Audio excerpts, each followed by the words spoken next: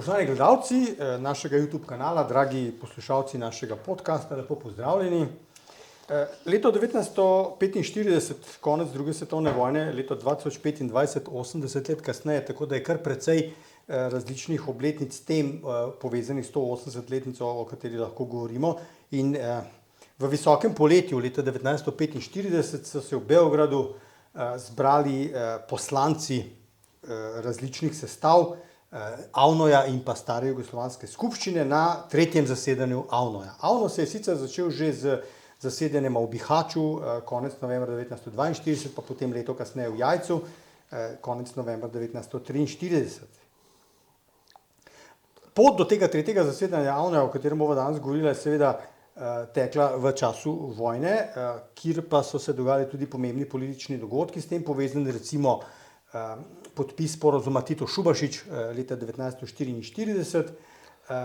Vse skupaj pa potem pripeljejo različni politični dogodki in pa zmaga v maju 1945 do tega, da se je zdaj v osvobojeni državi treba vzpostaviti tudi nek vsaj privid, kot so zdaj nekateri za nazaj temu govorili, nekega demokratičnega parlamentarnega sistema. V tem kontekstu so bili v nov sklic AVNO-ja oziroma na novo zasedanje AVNO-ja sklicani tudi nekdanji meščanski politiki, torej tisti, kot so rekli, nekompromitirani izbrani na volitvah leta 1938.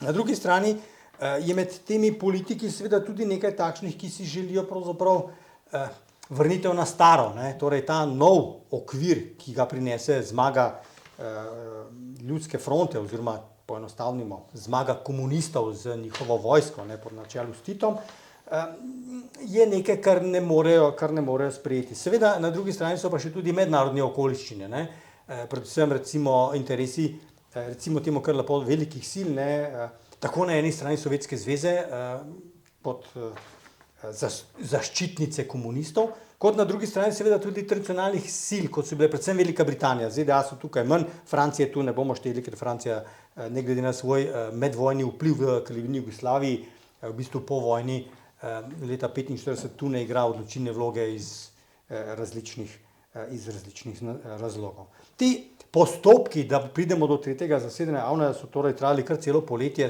skoraj celo poletje, kajti šele 7. avgusta 1945 so se torej ti poslanci zdaj zbrali.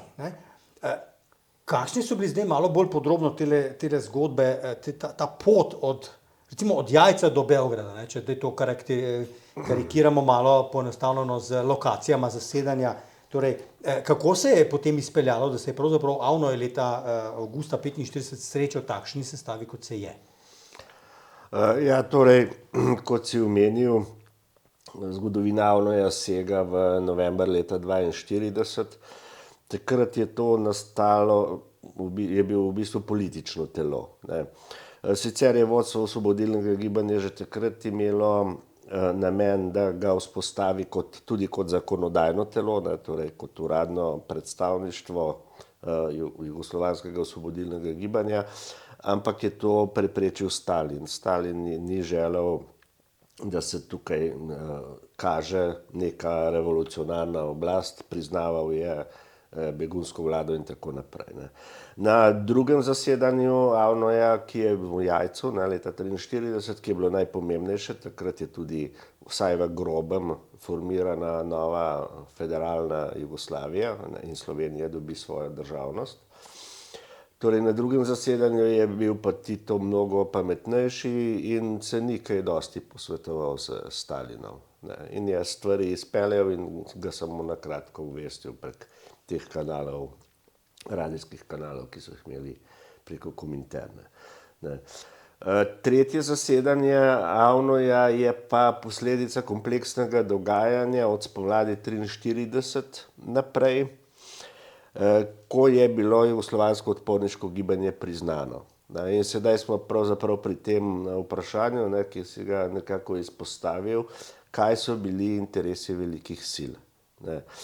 Tukaj je osrednjo vlogo igrala Velika Britanija, ki je želela na vsak način vrnitev kraljevine in kralja Petra. Ne. Na drugi strani pa iz pragmatičnih razlogov, ker pač je videla, da četniško gibanje v bistvu kolaborira, ne pa se bori, ne, je priznala Titovo, kot so oni videli, komunistično vojsko, ne, ki je bila v resnici pač vodena strani komunistov. Ne, in zato so iskali nek kompromis.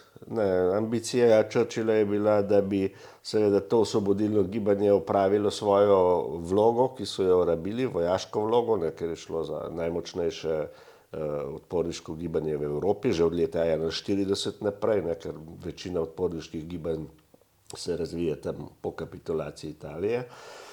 Ne, ampak da bi tukaj lahko izvedli grški scenarij, ne, torej ko opravijo recimo levičarski partizani svojo patriotsko vlogo, se jih odstrani, je bilo v Jugoslaviji težje. Ne. Prvič je bilo težje, ker je bilo gibanje močnejše, ker je Tito vedel, kako ravnati, in tudi zato, ker Britancem ni uspelo izkrcanje na jadranski obali. In potem so se pač začela ta pogajanja, iskanje kompromisov, to se je vse skupaj vleklo, ne, vsi ti sporazumi Tito-Šubašič, in AVNO je nazadnje pač kot neko kompromisno sestavljeno telo iz meščanskih politikov in iz predstavnikov torej novo nastalih republik bodočih, ne, takrat še federalnih enot, ne, se je sestal v Beogradu.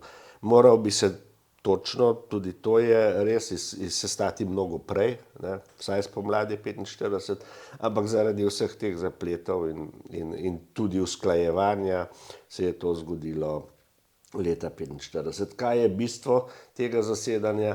Bistvo tega zasedanja je, da se je torej preoblikoval v ustavodajno skupščino in s tem legitimiziral oblast. Ne. Prej je AVNO imel oblast, ki je izhajala iz ljudstva, če rečemo poenostavljeno, ne, in kot so takrat tudi rekli, se pravi, je imel podporo. Ne. Imel je množično podporo v Jugoslaviji, v nasprotju z begunsko vlado, ki je imela sicer podporo velikih sil, ampak nikakršnega vpliva v Jugoslaviji. Ne. Torej, s tem je AVNO in nova oblast dobila legitimnost. Druga pomembna zadeva je bila, ker se je pripravljala volilna zakonodaja in druga zakonodaja, kdo bo na teh volitvah zmagal. Ne. In seveda, kako bo oblikovana ta volilna zakonodaja. Tukaj je imela ta partizanska stran absolutno večino. Ne. Tudi v primerjavi, že ta stara sestava AVNO-ja v primerjavi s predvojnimi poslanci, potem, ko so dodali predstavnike posameznih federalnih enot, pa sploh ne. In tukaj niso ničesar prepustili naključju. Vodstvo je zelo natančno analiziralo, kako so razdeljeni poslanci, analiziralo jih je nekako tako, ne, pripadniki, torej zagovorniki osvobodilnega gibanja, zagovorniki meščanskih strank, ki so bili v veliki meri centralisti, srbski centralisti, in tisti, oni so rekli, nihajoči. Ne. Ampak so te številke že v teh ocenah pokazale, da ima Tito in torej Nacionalni komitej osvoboditve Jugoslavije, ne, in potem nova vlada, ki je bila oblikovana že marca, da imajo torej absolutno večino. In tudi vsa zakonodaja in zakoni so šli tako, kot so si zamislili. Bomo v nadaljevanju zdaj nekaj o zakonodaji, morda predtem pa še en tak malce zanimiv kuriozitet historični. Ne? Predsednik AVNO je bil stari hrvaški politik, pravnik Ivan Ribar, ki pa ima zelo zanimivo svojo politično zgodovino. Namreč Ivan Ribar je bil član začasnega narodnega predstavništva oziroma kasneje ustavodajne skupščine tudi leta 1920. In po smrti predsednika ustavodajne skupščine ga je on nasledil. In Ivan Ribar je bil 28. junija 1921 predsednik ustavodajne skupščine Kraljevine Srbov-Hrvatov in Slovencev. Ivan Ribar je seveda potem tudi pod vplivom svojih otrok, sinov Iva in pa Jurice, bil v partizanih, naklonjen osvobodilnemu gibanju in tako naprej, tudi seveda pomemben funkcionar v času NOB in tudi potem v Avnuju pomemben funkcionar in na tretjem zasedanju Avnuja, ki se potem preoblikuje v skupščino, pa tudi potem v ustavodajni skupščini izvoljeni konec leta 1945 je Ivan Ribar predsednik te skupščine. Torej, neobičajna situacija, da nek posameznik, ki je v dveh zelo različnih političnih sistemih bil na isti funkciji. To je nekaj, dobro, ni zdaj to, ne bomo rekli, da se nekaj za pohvaliti, ampak za opozoriti pa je vseeno zelo zanimivo. Zdaj, kar se pa tiče dnevnega reda, ti si zdaj že omenil nekaj malega o zakonodaji. Spustila bova zdaj tisto vodni del. To vodni del je bil tisti referat Josipa Broza o delu, torej od Avnoja Jajce do Avnoja Beograd, torej teh dveh letih. To je bilo ne skoraj z aklamacijo, ampak zelo blizu aklamacije, to njegovo poročilo tudi potrjeno. Ampak na dnevnem redu so bili recimo tudi zakoni, kot so bili predlog zakona o agrarni reformi in kolonizaciji, predlog zakona o kaznovanju zločinov in pa prestopkov zoper domovino, predlog zakona o volitvah, to je to, kar si že omenil, pa predlog zakona o sami sestavi te ustavodajne skupščine, pa recimo predlog zakona o ustroju in pristojnosti vojaških sodišč v jugoslovanski armadi, torej tudi v sfero sodne oblasti so posegali. Vsi zakoni imajo seveda nek pomen, kakšen je malo bolj splošno pomemben, kakšen malo manj splošno pomemben, ampak bi se dalo kakšnega zelo izpostaviti, oziroma zakaj pravzaprav je za koga bil kateri pomemben? Ja, no, najprej besedo o Ribarju. Torej, res je, to je zgodovinsko gledano malce nenavadno, po drugi strani pa logično, ker je osvobodilno gibanje skušalo zajeti čim več ljudi tudi iz teh meščanskih struktur.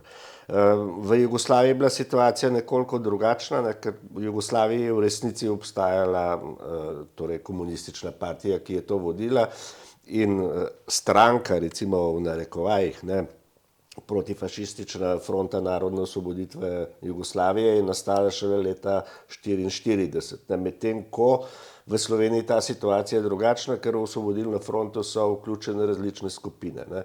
Tam pa vključujejo vplivne posameznike, tako da tam so popi, so vplivni meščanski politiki, pesniki, kot je Vladimir Nazor, recimo, vrsta zelo uglednih diplomatov in tako naprej. S čimer je seveda osvobodilno gibanje dobivalo tudi to, bi rekli, neformalno legitimnost.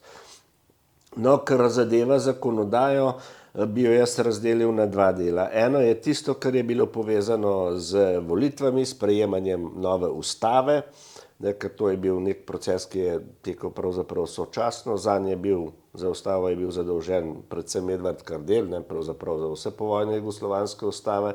No, tukaj kakšnih velikih pravzaprav izumov še ni bilo, ni bilo neke izvirne jugoslovanske poti, ker so v glavnem kopirali sovjetsko ustavo iz 30 let. Volilna zakonodaja je bila pomembna zato, da je protifašistična ljudska fronta lahko zmagala, ker treba je vedeti še nekaj. Opozicija je bila izrazito šibka. Bila je in zaradi vojne kompromitizacije in zlasti zaradi centralistične usmerjenosti, ker v glavnem je šlo za srbske stranke. In zato so kalkulirali, da bi pri zahodnih zaveznikih, zlasti na Potsdamski konferenci, nekako izsilili zahodno intervencijo, kar je bilo seveda zelo utopično, torej da bi volitve potekale pod zahodnim nadzorom, da bi jugoslovanska vojska bila pod nekim nadzorom in ne bi imela takega vpliva, kot ga je.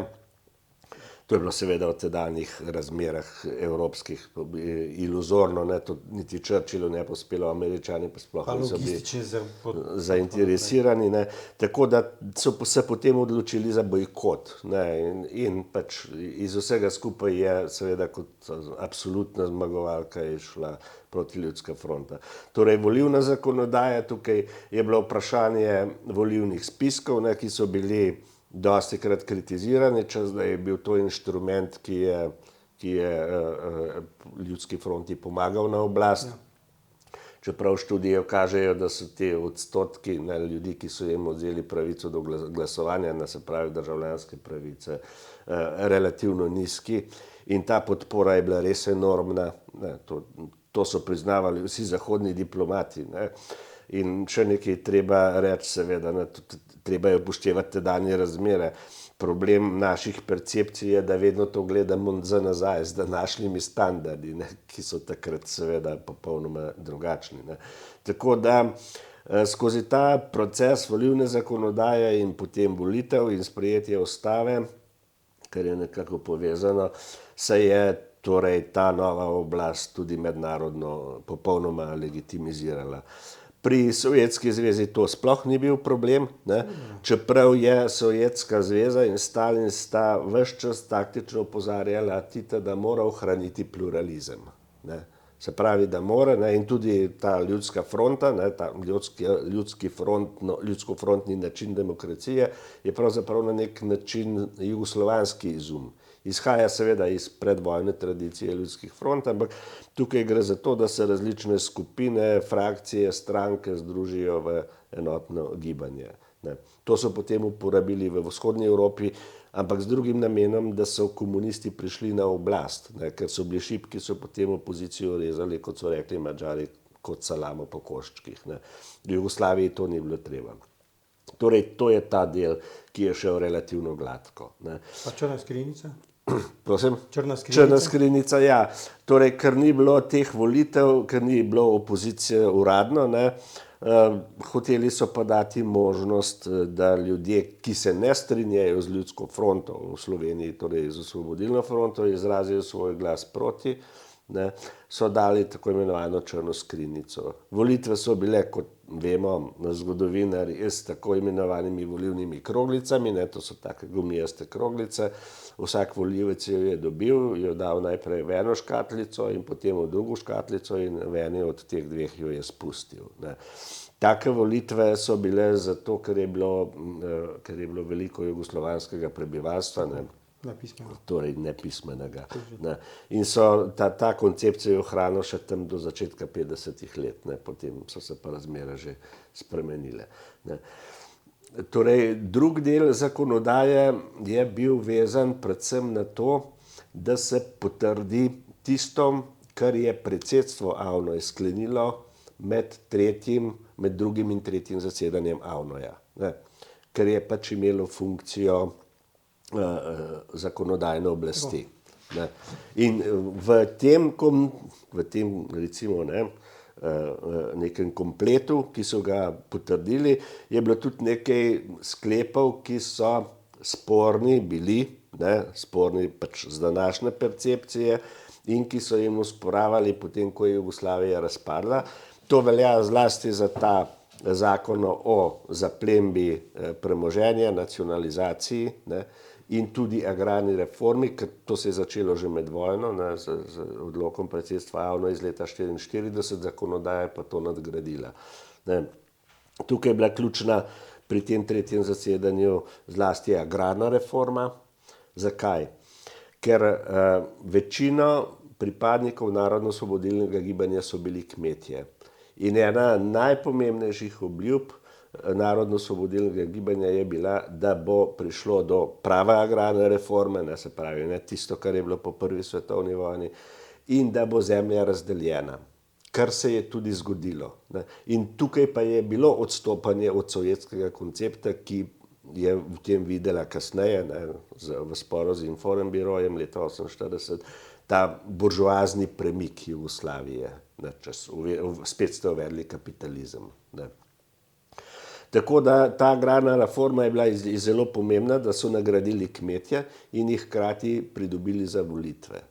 To je bilo sicer povezano še z drugimi procesi, zlasti kolonizacijo na Kosovu in v Vojvodini in tako naprej. No, in še eden od teh treh, ki si jih omenil, torej zakonodaja, ki je bila povezana z sodstvom. Sodstvo se je sicer začelo razvijati že med vojno, ampak na jugoslovanskem ozemlju precej šibko. ne, predvsem vojaško sodstvo. V Sloveniji je bil ta proces nekoliko močnejši, zlasti na osnovi izkušenj s tako imenovano drugo fazo revolucije, ne, se pravi z poboji na osvobojenem ozemlju spomladi 1942. Ne. Zato so potem skušali vzpostaviti to nekoliko bolj regulirano sodstvo, ne, in je prišlo do Kočevskega procesa in tako naprej. Ne. No, v Jugoslaviji je ta proces tekel počasneje, ne, se pravi, to je bilo namenjeno sodstvu. Ne. To sodstvo je seveda bilo v funkciji obračuna s kolaboracijo, v funkciji obračuna z Volksdeutscheri in v veliki meri seveda tudi v funkciji nekega razrednega obračuna z velikimi kapitalisti, posestniki in tako naprej. Stara Jugoslavija in seveda nova tudi, ne, sta bile večnacionalni tvorbi. Zdaj v stari Jugoslaviji vemo, en narod, tri plemene in tako naprej. Ne. Kako se zdaj kaj na AVNO-ju, na tretjem zasedanju AVNO-ju že vidi nacionalna vprašanja oziroma razmerja med nacijami, republikami? Čeprav vemo, ne, zdaj v tej proletarsko ortokomunistični ideologiji, ne, je seveda nacionalno vprašanje ne obstaja, ker ko rešimo razredno vprašanje nacionalnega Ja, ni več, to je v bistvu kasnejša interpretacija. Ne.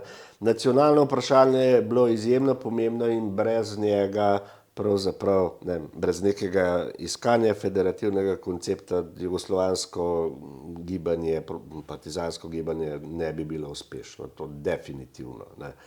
Tukaj bi bilo mogoče nekaj teh malih nacionalnih, regionalnih gibanj, ne, ki pa ne bi imeli take moči, kot jo je potem. Ne. Se pravi, to je bilo ključno vprašanje, če tudi recimo gledaš slovensko pozicijo. Slovensko osvobodilno gibanje je od začetka bilo torej usmerjeno v slovensko državnost. Ne. Slovenija je bila sicer prva slovensko osvobodilno gibanje, ki je septembra 1941 pristopila k osvobodilnemu gibanju Jugoslavije. Predstavniki niso bili na prvem zasedanju AVNO-ja zaradi vojnih razmer, ofenzive in tako naprej, ampak so vse te sklepe podpirali. Samo ves čas je bilo izhodišče slovenska država in mi kot slovenski narod, ki smo zdaj naredili to svojo državo, ne, bomo odločali, pod kakšnimi pogoji se bomo ponovno pridružili Jugoslaviji. In to je bilo na drugem zasedanju AVNO zelo jasno. Ne. Če tam gledaš nastope ljudi, nekateri so posneti, ne, Josip Vidmar recimo. Ne, na tretjem? Na tretjem, na drugem. Aha. Na drugem, posnetek drugega zasedanja AVNO-ja z Vidmarjevim nastopom, ne, se da dobiti tudi na YouTubeu, glasovni posnetek, je izjemno zanimiv, ne, ker govori v eni taki mešanici slovenščine in hrvaščine, ampak to njegovo navdušenje nad slovensko državnostjo. Ne. In to prepričanje, da nova Jugoslavija je lahko samo dogovorna Jugoslavija, ne, je tam izrazito močna. Tukaj so Slovenci morda tudi odstopali od drugih. Ne. Morda za njimi so Hrvati, drugače pa se je to oblikovalo počasneje. No, torej, kaj so bili problemi? Ne? Drugo zasedanje AVNO-ja, torej leta 1943, je pustilo celo vrsto vprašanj odprtih, čeprav so nekaterih diskutirali. Torej, v osnovi je bila federacija nekako oblikovana. Ne? Vedelo se je, da bo tukaj 6 republik, ker so tudi za Bosno se odločili, da bo pač zaradi svoje nacionalne sestave posebna republika.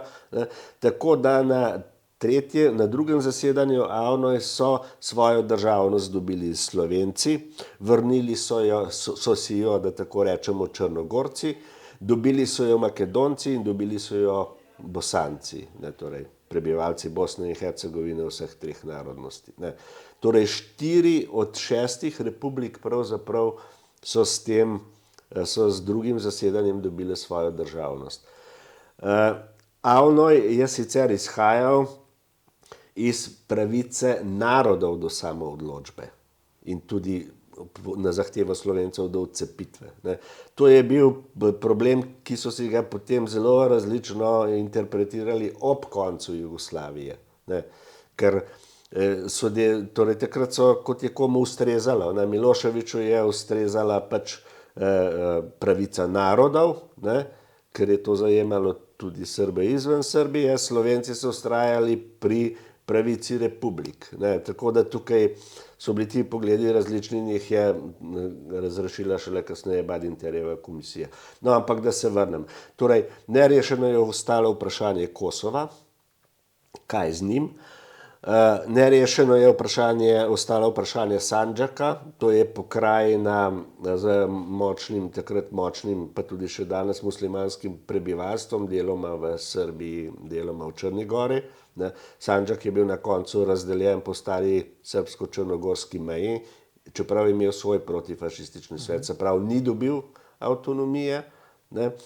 In nerešeno je ostalo vprašanje Srbov na Hrvaškem. Ne. To vprašanje je bilo še posebej občutljivo zaradi NDH.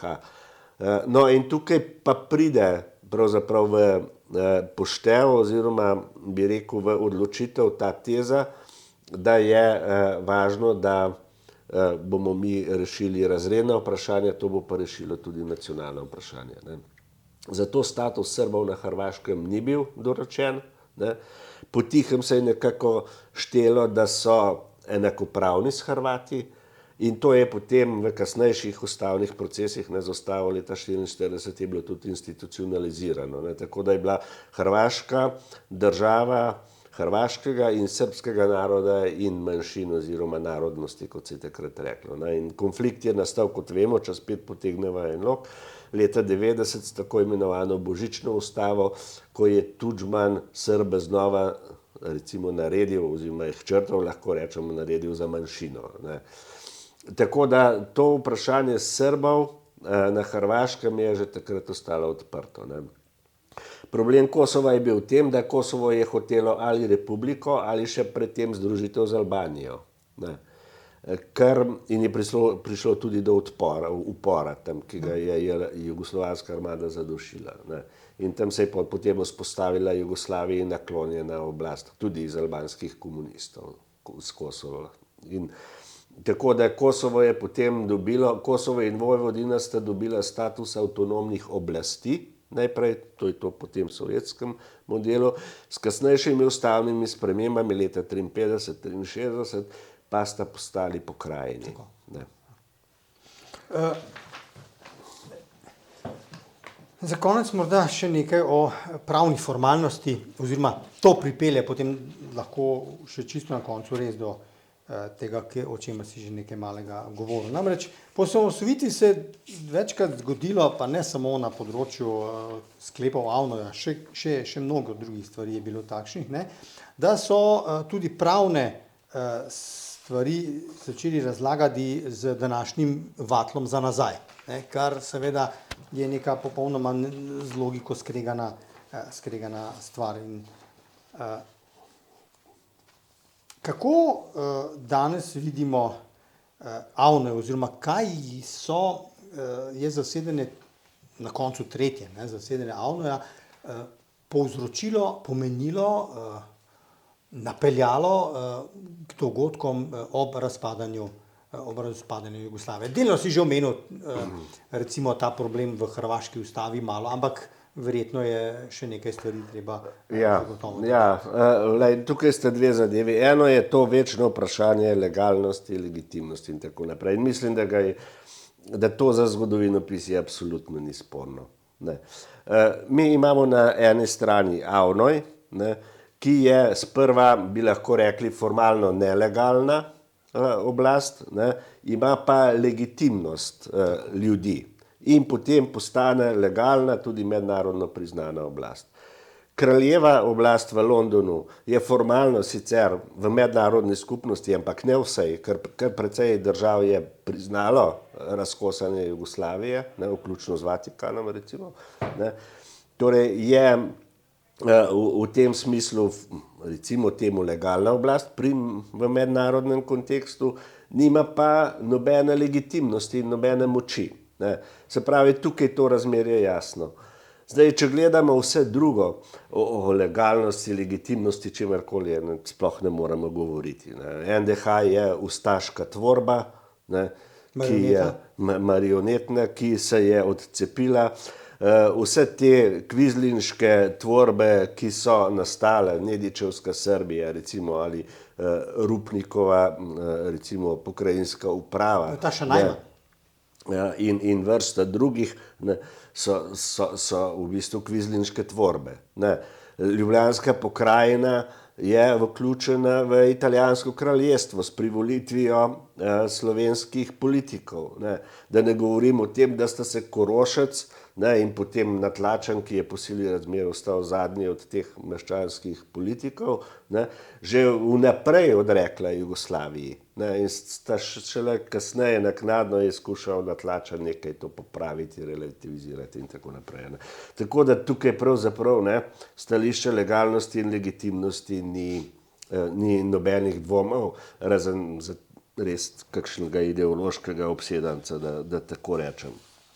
Kar zadeva odnos torej do Avnoja. Ne. Ta je pa ambivalenten.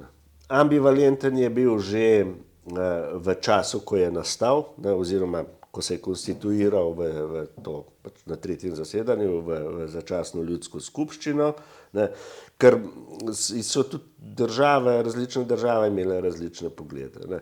Velika Britanija je to podpirala, ne, iz pragmatičnih razlogov, ampak seveda z zadržki in z željo, da čim bolj pripelje noter kraljevo vlado, ne, potem, ko je spoznala, da pač z grškim scenarijem ne bo nič. Ne. ZDA so bile pragmatične, kot vedno, so priznavale realnost, Sovjetska zveza je priznavala realnost s tistim opozorilom, ne, morate paziti na to, da bo videz pluralnosti. Ne. Francija pa, kot si rekel, ni imela nobene vloge. Ne. Torej, kaj se je zgodilo po razpadu Jugoslavije glede Avnoja? Tukaj nastane ta ambivalentnost. Ne. Če sedaj gledamo posamezne države. Ne. V Sloveniji je ta odnos gotovo ambivalenten. Ne. To vemo. Ne. Po eni strani ga imamo za konstitucionalni vir slovenske državnosti, ne, ker nam to ustreza. Po drugi strani, zlasti na desnici, ne, in to se je začelo z Demosovo vlado, ne, so hoteli čim več Avnoja anulirati. Ne, zlasti tisto, kar zadeva razlastitev, povojne procese in tako naprej. Ne. In to je povzročalo in na nek način še vedno povzroča velike frustracije in zadrege. Ne. In slovenski pravniki, ne, so tukaj izvajali razne oblike gumirabike, da tako rečem, ne, malce ironično, bodi si kar zadeva pravno nasledstvo, bodi si kar zadeva zakonitost ali nezakonitost posameznih sklepov in tako naprej. Ne. Še zlasti v zvezi z denacionalizacijo in tako. Tako da ta odnos je ambivalenten, ampak v osnovi Slovenija izhaja iz tega, da tako rečem, avnojske Jugoslavije kot enega od temeljev slovenske, ali pa glavnega temelja slovenske današnje državnosti. Na Hrvaškem je ta odnos izrazito negativen, to vemo, ne, in tudi ni več ustavna referenca. Ne. Čeprav eno B pa še, ne? Eno B pa še, ja, ampak to je zapisano nekako v preambuli, ker to je pač pragmatično, ker je bil Tudžman partizanski general in je zdaj, oziroma general JLA in je zdaj težko, ne, takrat bilo težko nekaj kar presekati. No, torej za Hrvate je Avnoj simbol komunizma in zatiranja, imajo pa seveda strahovite probleme, zlasti v zvezi s tem, kako interpretirati vprašanje meje. Ne? Ker Avnoj in odporniško gibanje sta ustvarila današnjo Hrvaško, ne? In pridobila ozemlja in tako naprej. Ne? Srbija ima dvojen odnos, podobno pravzaprav kot v Sloveniji, ne? Ohranja določene elemente, kritizira pa meje, ne, meje torej ne ustrezajo Srbiji, ne, tukaj vidi zlorabo Avnoja, ne, nepošteno federalno strukturo, ne, kot oni pravijo, takoj, ko se začne debata o ustavi 74, ne, se Srbom dvigne pritisk. Ne, in seveda tudi pri rehabilitaciji četništva, ne, ki je izrazito, skušajo nekako igrati to dvojno vlogo, ne, skušajo nekako tudi četnike prikazati kot neke vrste odporniško gibanje. V Bosni je odnos pretežno pozitiven, pri Bošnjakih seveda. Hrvati bolj kot ne delijo mnenje te Hrvaške, ne, nekdanje republike, sedaj država, ne. Srbi so pa izrazito proti, ne, oni pa seveda izhajajo iz tega, da je pač Bosna nek avnojski spaček, ne, in ne bi smela obstajati. No, Makedonija in Črna Gora imata izrazito pozitiven odnos, ker gre pač za, v taki ali drugačni obliki za njuno državnost. Kosovo je pa znova izrazito negativen, češ, da je to ignoranca, da je bil avno ignoranca albanskega interesa, volje po združitvi in tako naprej. Ne. Taka je torej nekako slika do avnoja, ampak zdaj pravno gledano, v mednarodnem kontekstu je tako, ne. Ko je Jugoslavija razpadla, ne, je bila odločitev velikih sil, ki je bila potem nekako sprocesirana skozi odločitev tako imenovane Badinterjeve komisije, ne, najprej Evropske unije, potem tudi drugih sil, je bila, da imajo republike izvirno suverenost, da lahko postanejo države, če ustrezajo pač tem nekim kriterijem, ki so bili postavljeni, in da je Jugoslavija razpadla. Zakaj je to pomembno? Če to primerjamo s Sovjetsko zvezo, tam je bila neposredna naslednica Sovjetske zveze Rusija. Ne. Vse druge so bile pa države, ki jih je bilo treba priznati na novo, sprejeti v OZN in tako naprej. Ne. No, v jugoslovanskem primeru recimo Srbija oziroma v tistem začetnem obdobju Srbsko-Črnogorska federacija nista postali naslednici. Ne. Tako da, kar zadeva nacionalno vprašanje, je avnoj vir, temelj legitimnosti teh državic, ki so nastale na ozemlju nekdanje Jugoslavije.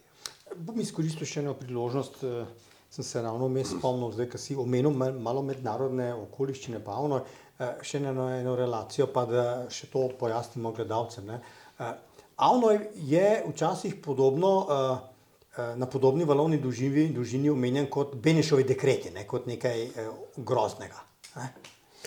Ja, to je torej ti avnojski sklepi, to je iz leta 1944, predsedstva avnoj, ki zadevajo zaplembo premoženja okupatorjev in njihovih pomagačev, ne, so bili ves čas potem po osamosvojitvi sporni. Ta drugi del, povezan z Benešovimi dekreti, pa pravzaprav ni neposredno povezan z avnojem, razen v tem lastniškem delu, če tako rečem. Ne. Šlo je za zavezniško politiko, da se nemške manjšine izžene iz Srednje Evrope. Ne. Torej, šlo je za dogovor, predvsem s Sovjetsko zvezo, ne, ki je izhajal iz stališča, da so nemške manjšine bile glavni vir za drugo svetovno vojno, v resnici realno gledano povod, ne, ki so ga Nemci izrabili, in da je zato jih treba torej izgnati. Zato imamo po tej vojni milijonske selitve in to se je zgodilo tudi torej z tako imenovanimi Volksdeutscherji v Jugoslaviji. Ne. Se pravi, tukaj je šlo za politične odločitve. Ne. Pravni del tega je bil pa seveda vezan na njihovo premoženje, ne, in se je potem obnovil, ne, ali je oživil po nastanku teh držav, ne, in seveda v primeru Slovenije in Hrvaške pri vstopanju v Evropsko unijo, ko se je pogojevala, da se to vrne in tako naprej. Ne. Se pravi, tukaj je razlika, ne, ker Benešovi dekreti so pa jasno povedali, ne, da gre torej za to, da nemška manjšina nima več tukaj kaj iskati. Da bo mir. Tako, da bo mir. In tukaj je treba še nekaj reči. Ne. To je bilo enotno prepričanje jugoslovanske in slovenske politike na obeh straneh. Ne. Tudi meščanske stranke niso imele, kar zadeva nemško manjšino, popolnoma nič drugačnega mnenja. Ne. Se pravi, tukaj je, kar je po svoje ironično, ne, ena redkih skupnih točk, kjer se je partizanski in protipartizanski tabor strinjal. Božo, hvala lepa. Moj današnji gost je bil Božo Repe, s katerim sva spregovorila o 3. zasedanju Avnoja. Obletnica njegovega zasedanja bo zdaj avgusta letos. Imamo pa v Avnoju pripravljen še en posnetek, ki pa ga boste videli ob času, ko bo to seveda najbolj primerno, konec novembra. Hvala lepa.